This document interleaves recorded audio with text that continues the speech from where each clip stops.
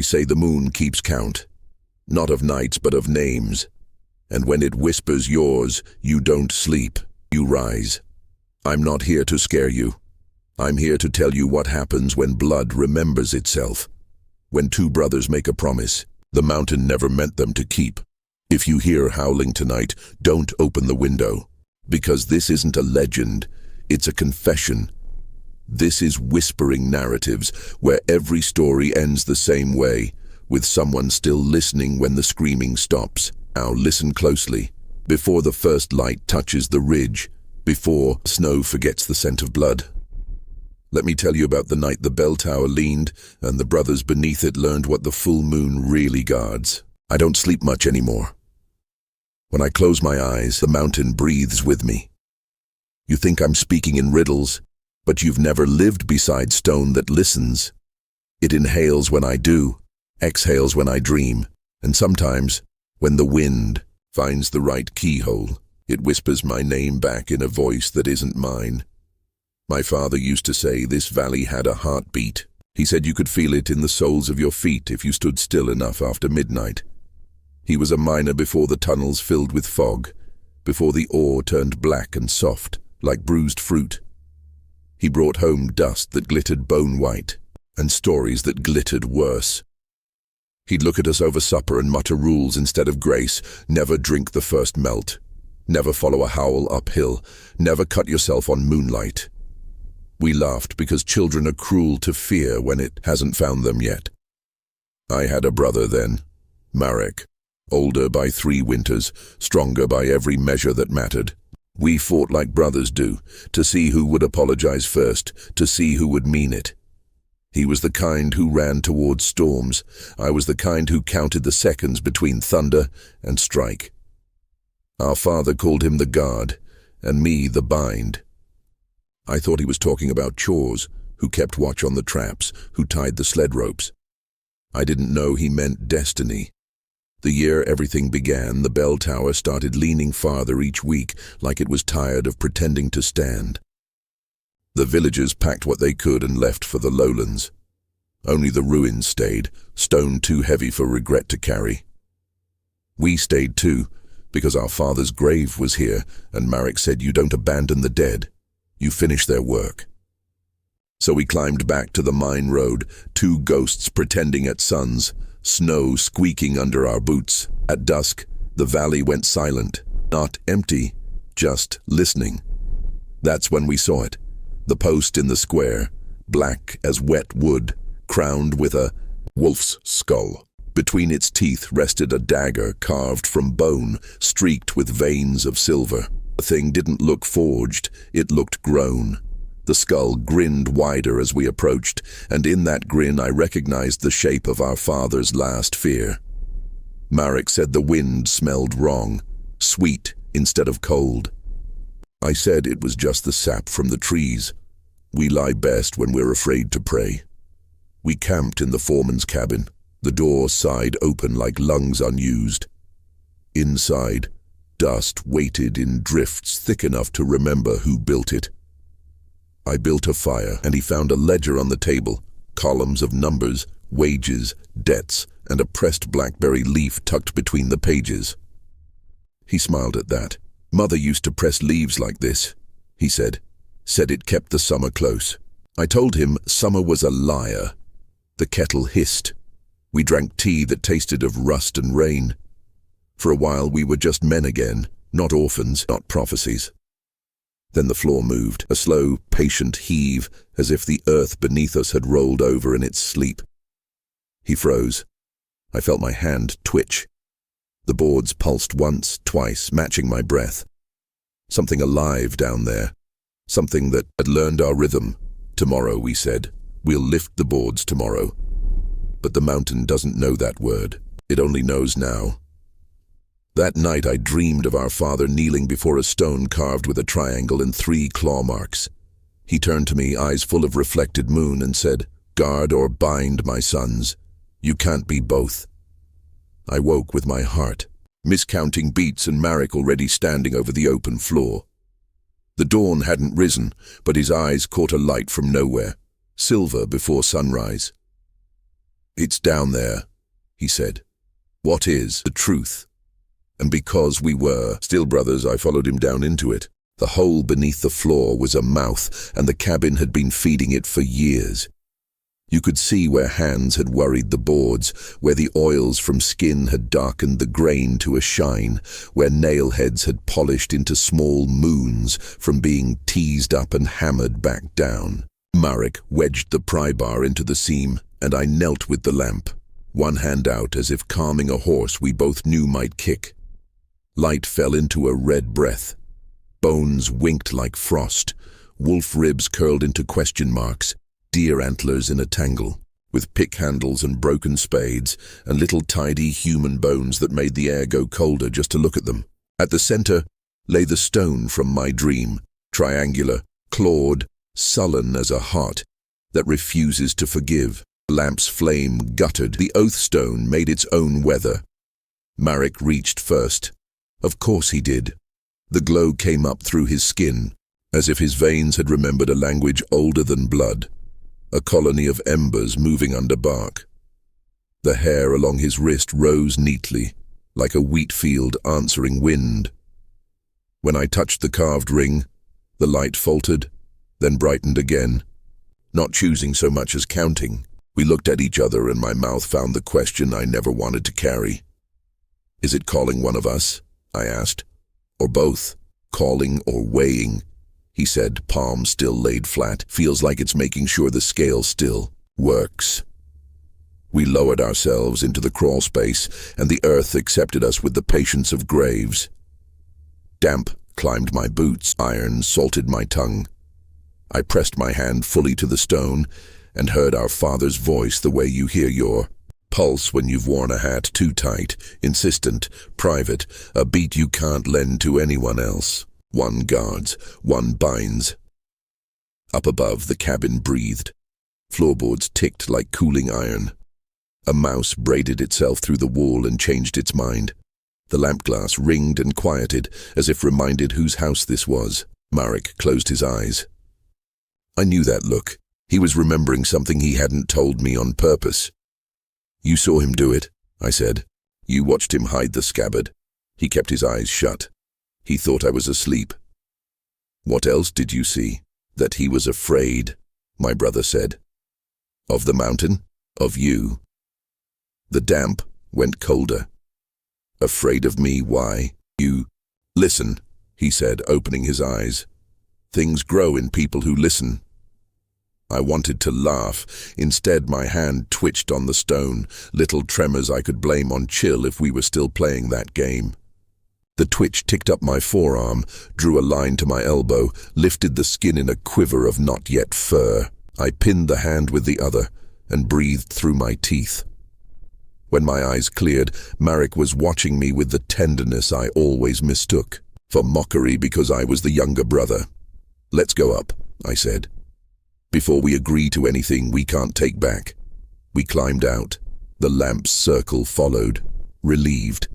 The cabin felt smaller, as if the crawl space had taken a long, slow bite out of it. We set the boards back as neatly as we could, but they didn't sit quite right after that. Like a door you've repaired too many winters and now it knows your tricks. For an hour we pretended to be ordinary. He looked over the ledger again, and I coaxed the fire into steadiness. We talked about beams we might shore when the weather changed and whether the roof on the tannery could be saved. I said I'd fetch nails from the cart our father used to leave by the gate. He said the cart was probably buried. These were not lies, only blankets. We tucked them around ourselves and tried not to notice the cold lifting the edges. Then the scent arrived. Not the sharp iron bark of a cut, not the sour shadow of old wounds. Sweet, not gentle, but persuasive, the voice of a thing that's learned flattery.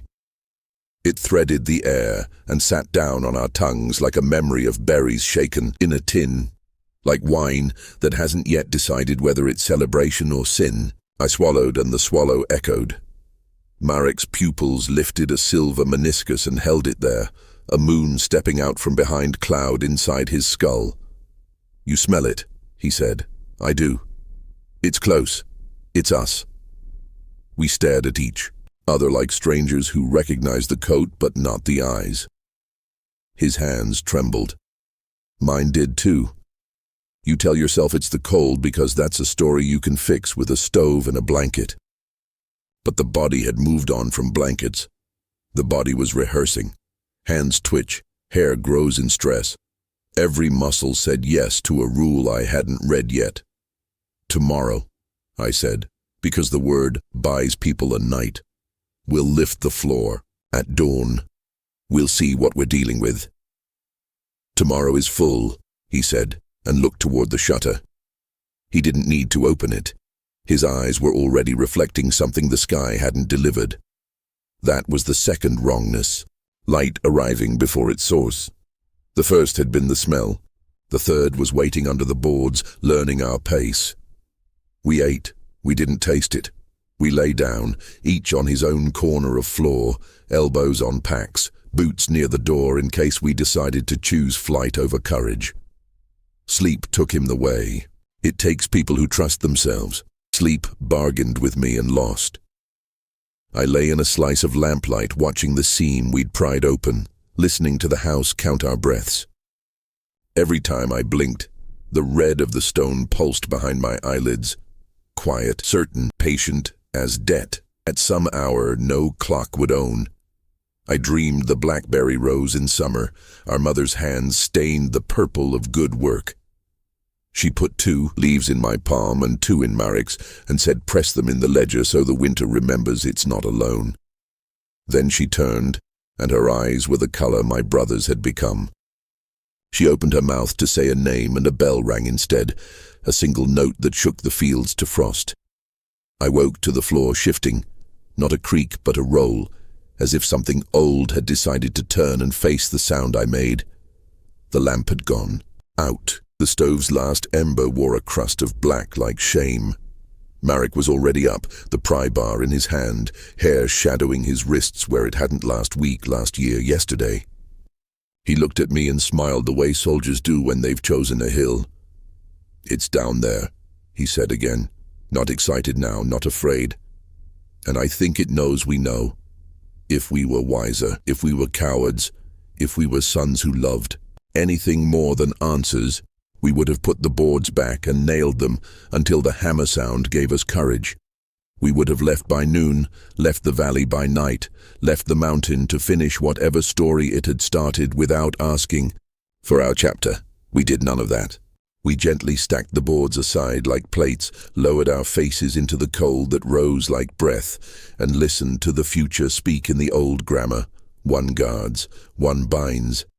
And because we were still brothers, we nodded as if such math could ever add to mercy. The earth beneath the cabin opened like a lung that had held its breath too long.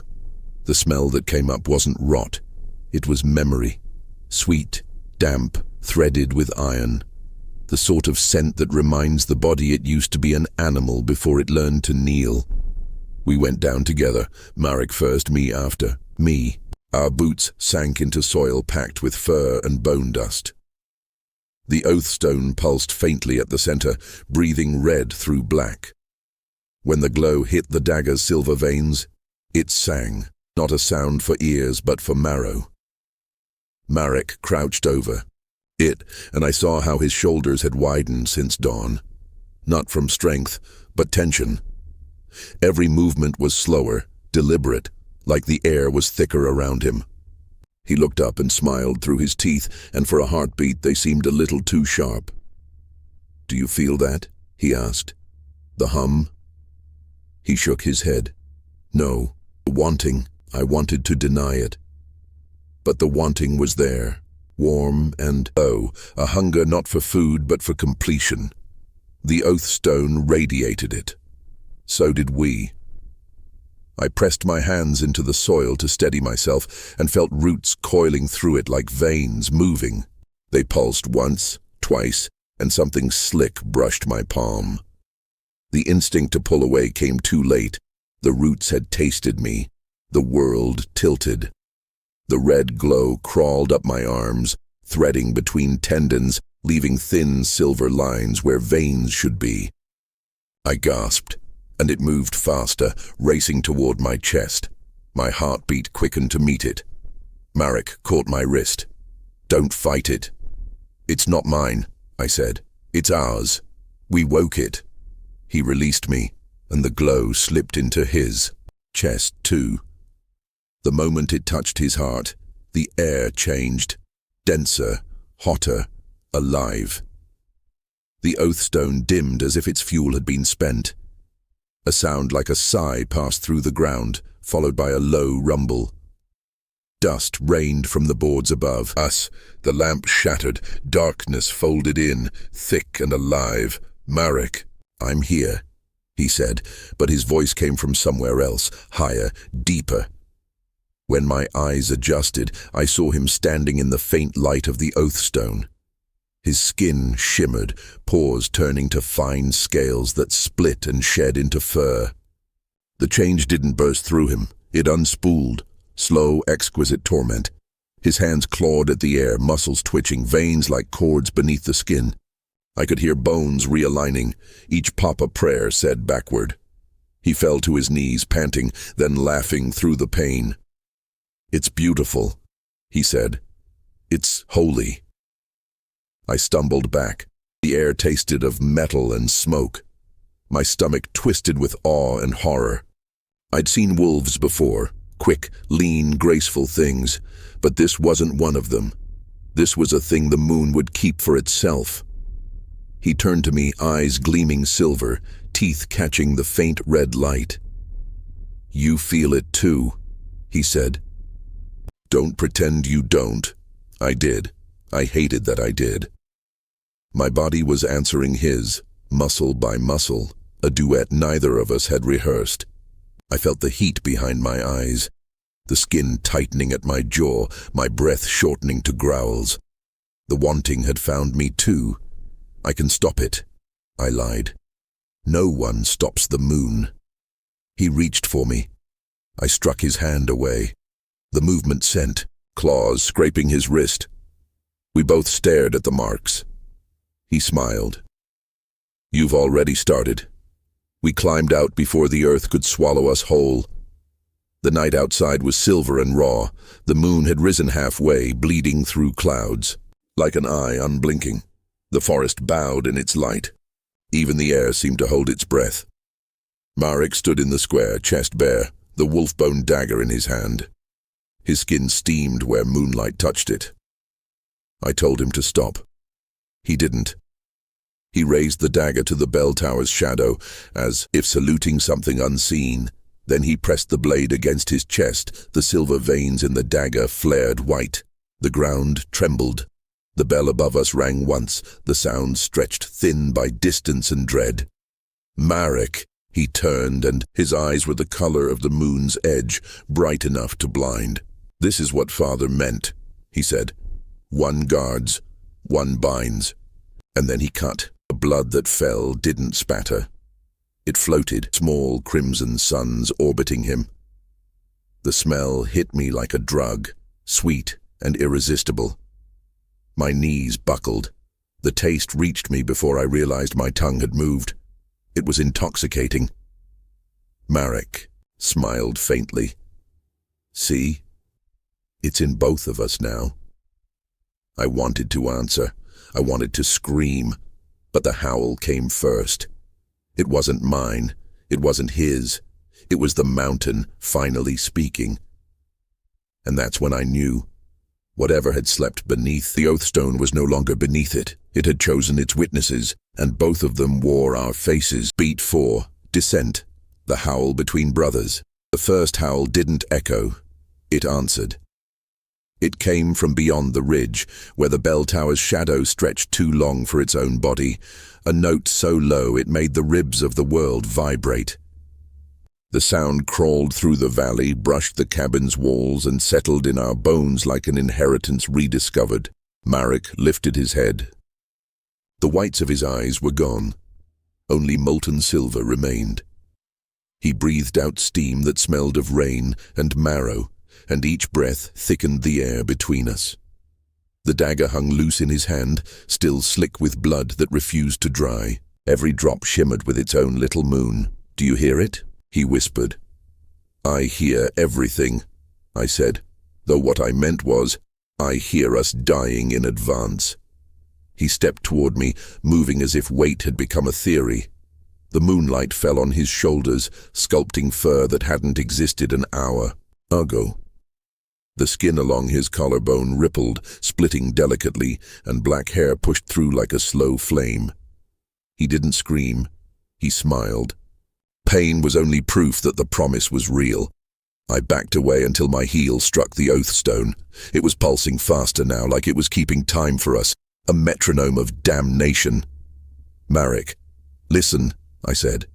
We can stop this. He laughed, and it sounded too big for the mouth that made it. Stop.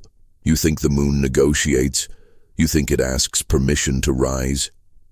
He raised the dagger again, not to wound, but to point at me, at the world, at every secret that ever waited for night to make it visible. This isn't a curse, he said. It's the correction. We're what the mountain remembers it was before men came digging for ghosts. And maybe he was right, because while he spoke, my hands were shaking for reasons that had nothing to do with fear. The smell of his blood still hung in the cold air, sweet as confession, and my own body began to hum in response. My fingertips thickened, nails hardening, the bones beneath shifting restlessly, eager to match his rhythm. The transformation isn't a lightning strike. It's a persuasion, and I was losing the argument. Fight it, I said, though my own voice was already slipping lower, rougher. Marek, please. He looked at me with such pity that it nearly broke me. Then he said, you always were the one who begged the storm to stop instead of learning to swim. Then he ran. The speed of him was impossible, a blur of limbs and laughter, a streak of black heat across the snow. He vanished into the trees, and the forest accepted him like a lover. A trail of disturbed powder and bent branches was all he left behind. I stood shaking, half something, half someone. The moon had climbed higher, fat and merciless, and every ray of it itched. I could feel the skin of my back tightening, the ridge of my spine lifting as if remembering another shape. I didn't want to follow him. I needed to. The tether between us had always been stronger than choice. When I stepped into the forest, the night moved aside. Every sound was sharper, snow squeaking, sap freezing, breath smoldering in my throat. The hunger wasn't for food, it was for proximity. To find him, to end this, to continue it forever. I found him by the riverbank, crouched over his reflection. The ice was cracked, the water black. He was whispering something to it, as though trying to calm a beast trapped below. When he sensed me, he didn't turn right away. He just said, I saw Father in there. He wasn't praying. He was waiting. For what? For you. He turned then, and his face, our face, was caught halfway between forms, human cheek and wolf muzzle, fighting for real estate. Each blink was a new compromise. He stood, the dagger flashing in his grip, and the moonlight made a halo of his breath. I'm not your enemy, I said. Then prove it. He lunged. The dagger sliced past my arm, close enough to shave heat from the air. I caught his wrist.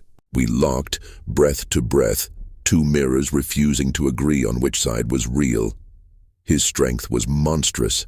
Mine was catching up.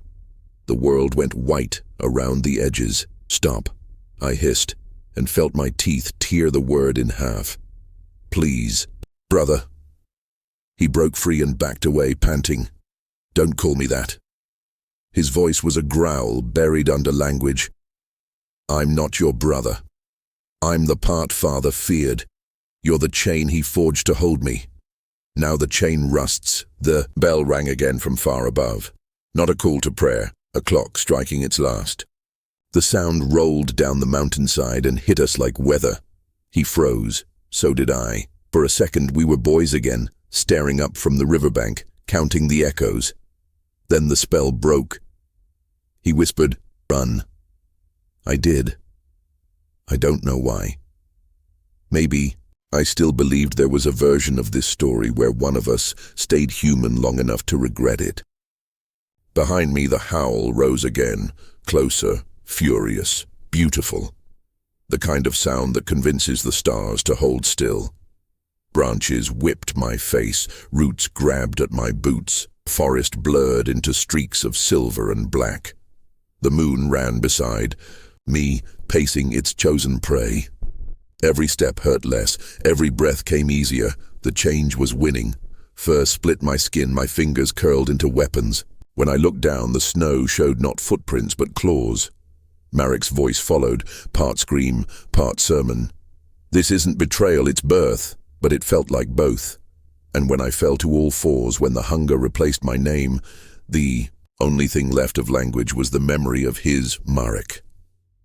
The forest carried it back to him, and for the first time that night, he howled like he was afraid. By the time I reached the chapel, the snow had stopped pretending to be clean. The moon made every flake a mirror, and every mirror carried my brother's face. The bell tower leaned, its rope swaying in wind that hadn't been born yet. The night was holding its breath. Marek waited inside. The roof was gone, the rafters ribs against the stars. He stood before the altar where father once prayed for wages, for mercy, for anything that could outshout hunger. The wolf-boned dagger gleamed across the stone like a sermon written in a language that didn't forgive. "You came," he said. "You knew I would." He smiled. "You were always the keeper. I was always the key." His chest was bare. The cut he'd made earlier sealed to a pale scar that pulsed faintly, like a mouth rehearsing another word. The air around him quivered with heat that had nothing to do with fire. He looked more alive than I'd ever seen him, too alive, the way lightning looks before it remembers to strike. I took a step forward. "We can still end this. It ends when the mountain says so." He laid the dagger on the altar. The stone drank its reflection. Around us, the chapel walls groaned, and flakes of paint fell like dead moths. A whisper came from beneath the floorboards, the same rhythm that had haunted our cabin, slow and patient. The oathstone's breath had followed us here. He pressed his palm to the altar. "The vow was never broken," he said, "just inherited.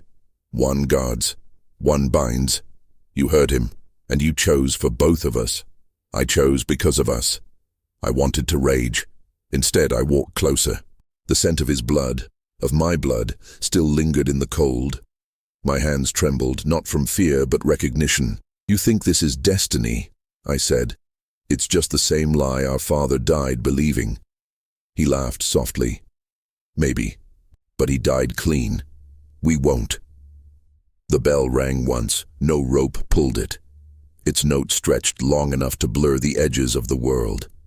Dust lifted from the floor and hung in the air like a congregation waiting to rise.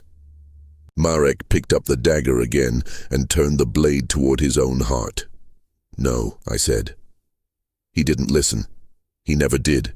He pressed until the silver veins brightened, until light leaked from the wound instead of blood.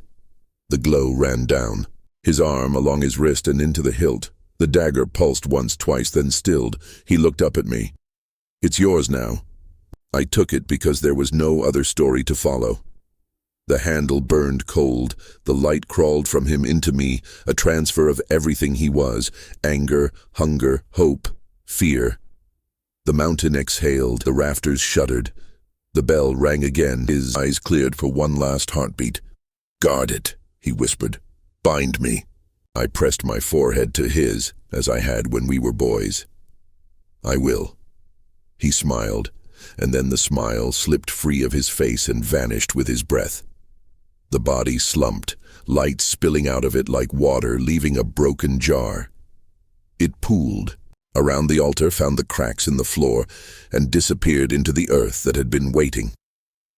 I knelt beside him, the dagger heavy in my hand. The metal hummed, echoing the bell's fading note. The chapel smelled of iron and ashes, of endings disguised as mercy. I wanted to speak, but the only words that came were the ones the mountain had taught me: one guards, one binds. I drove the dagger into the altar, burying it to the hilt. The light flared and the walls shook. Outside, Wolves began to howl. Not many, not few, just enough to sound like the earth learning language again. I felt their voices climb into me, thread through my spine, knot themselves behind my heart. The pact was signed. When the glow faded, he was gone. No body, no blood, only a single black leaf pressed against the stone. I took it and held it until it thawed in my palm. The bell tower creaked above. Snow drifted through the open roof, slow as forgiveness. I walked out into it, each step heavier than the last, the mountain humming approval beneath my boots. From somewhere far behind, I heard the last echo of my brother's voice.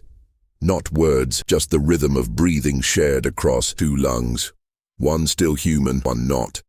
And I understood then what the vow had always meant, not balance, burden. When the bell stopped, the silence didn't fall. It hung, thick as a curtain. The air was grey and wet with moonlight. The chapel behind me glowed faintly through the cracks, as though Marek's body was still burning underground. The dagger's hum had faded from my palm, but its weight had not. You can set a relic down. You cannot unlearn its shape. I walked until the trees replaced the ruins. The forest accepted me without question. Snow whispered underfoot, and every branch bent low as if listening. I should have felt lighter without him, but my chest carried 2 heartbeats. The second one was slower, older. It kept its own time. With every pulse the world shifted color, the white of snow leaning toward bone, the black of bark tasting faintly of ash. The wolf inside me was patient. It didn't need to tear. It waited like winter waits for the tired. The first twitch came when I saw the river again, now glazed with ice. The reflection on its surface trembled, my face there and beside it another, pale and still, eyes silvered, over like coins. Marek's shadow bent to the same wind I felt. You took the easy half, it said. I turned from the water. I took the one that stayed. The wind laughed, or maybe he did. The sound followed me down the bank, a knot on my wrist. 3 turns, father's knot, tightened once, reminding me of hands that had taught and struck with equal faith. The scars along my fingers prickled, tiny mouths remembering the touch of the dagger's hilt. I walked until dawn, though dawn never came properly, just a thinner shade of night. The mountain had erased the horizon. Every few steps the smell returned. Blood sweet as wine, fear perfumed with salt. It filled me, comforted me, accused me. I pressed my hand to my chest and felt the second heart answer, calm and enormous. When I whispered Marek's name, the echo came from inside. That was when I knew he wasn't gone. The pact hadn't buried him, it had installed him.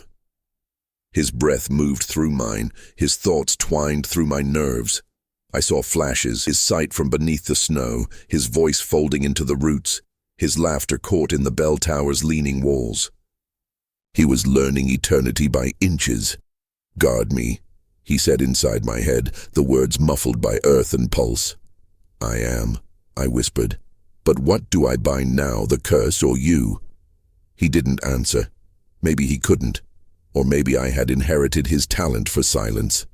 The mountain hummed again, approving. It likes when its children stop arguing with gravity. I climbed back toward the ridge at dusk. The wind rose. The trees shook their frozen crowns. Snow spun like ash, and through it I saw eyes, pairs and trios, blinking from the dark. Wolves. Yes, but wrong. Taller. Leaner, wearing pelts that moved as if breathing on their own. They circled me with the caution of priests approaching an altar. I realized I knew each one's name before they spoke it. Names older than ours, syllables of hunger. One stepped forward, its snout grey with frost. Bound comes home, it said without moving its mouth. The guard brings his sin. I bring my brother, I answered, and my debt. They lowered their heads. The air filled with the smell of thawed iron. Then, in unison, they howled, Not at me, not at the moon, but through me. The sound hollowed my ribs, replaced my breath, retuned my heart to the mountain's key. When it ended, they were gone. Only prints remained, steaming in the snow. I fell to my knees and laughed until it hurt. My voice came out doubled, one human, one something else. The laughter died quickly. The echo didn't. The echo walked ahead of me down the slope, a shadow with purpose. By the time I reached the bell tower again, the moon was tilting west. The door hung half open, just enough for memory to squeeze through. Inside, the altar glowed faintly, crusted with frost shaped like ribs. I laid the dagger there. The handle was cold, uncomplaining. You wanted to be remembered, I told him. Now the remembering is all we are. The bell rope stirred. A faint chime answered, small as forgiveness. I stepped back, bowed once, old habits die politely, and left before dawn could find me. Outside, the snow had begun to fall sideways, a storm coming in from every direction at once. The mountain wasn't ending anything, it was resetting the stage. And I was the last actor left who knew his lines. I don't remember walking home. Sometimes I think the mountain carried me. Its slope tilted just enough that a man could slide on remorse alone. The snow had turned to ashes by then, gray flakes that smelled of iron and wet wood. Each step sank with a soft sigh as though the earth was tired of keeping our secrets. By the time the river appeared again, the ice had thickened over the current. It looked peaceful in the way a trap does. I knelt and pressed my hand to it. Beneath the frost, a pulse answered, slow, patient, Marek's. He was everywhere now, in the roots, in the air, in the space between my own heartbeats. When I spoke, the ice moved its lips with mine. It's done, I told him, but I don't know which of us survived. The moon had slid low, pale as a bruise. Its light drew silver lines around my fingers. Hair rose where it touched, obedient to a command. I no longer heard. The change was still there, tamed, never undone. That was the real pact. Not to be cured, but to remember how close we came to worshipping the wrong gods. I built a house on the lower ridge, a square of timber and quiet. I work by day, mending nets and hinges for the families who still believe. This valley is just a valley. By night, I sit by the door and listen. Some evenings the wind brings laughter, the kind only brothers understand. Other nights the howling starts from far off and moves closer until the shutters rattle and the fire flinches. I never open the door, not because I'm afraid, because promises are most faithful when kept unseen. Once a month, on the night when the moon is fat and shameless, I climb back to the tower. The path always finds me whether I mean to or not. The bell leans further each year, but still refuses to fall. I clear the snow from the grave and lay a fresh blackberry leaf on the mound. Sometimes I speak, sometimes I listen. The difference hardly matters anymore. The valley has its rituals, snow to hide, wind to reveal, and men to forget. I am none of those things now. I am the hinge the story turns on. When the wolves come down to drink, they don't look at me as prey. They look at me as proof that memory can bleed and still walk home. Sometimes a child from the lowlands will ask why the bell never rings anymore. I tell them it rings for those who listen. They laugh and run off. That's good. The world needs its innocence to keep time for the rest of us. But you, if you're still listening in this moment between heartbeats, if you've heard the breath of the mountain through this story, then hear me clearly. If you ever find yourself in a village where the snow doesn't melt, where the moonlight arrives before the moon itself, lock your doors. Not because something is coming for you, because something inside you might answer. When the howling starts, don't pray for silence, pray for remembrance. The mountain doesn't take lives, it collects stories. Now you know ours. I am Elias Vale. I guard what I bind, and I remember. You made it this far. The moon owes you a favor. Subscribe to Whispering Narratives before the next full moon. so you'll be here when the next howl calls. What would you sacrifice to keep the curse away? Continue the curse in the next ritual, waiting to unleash.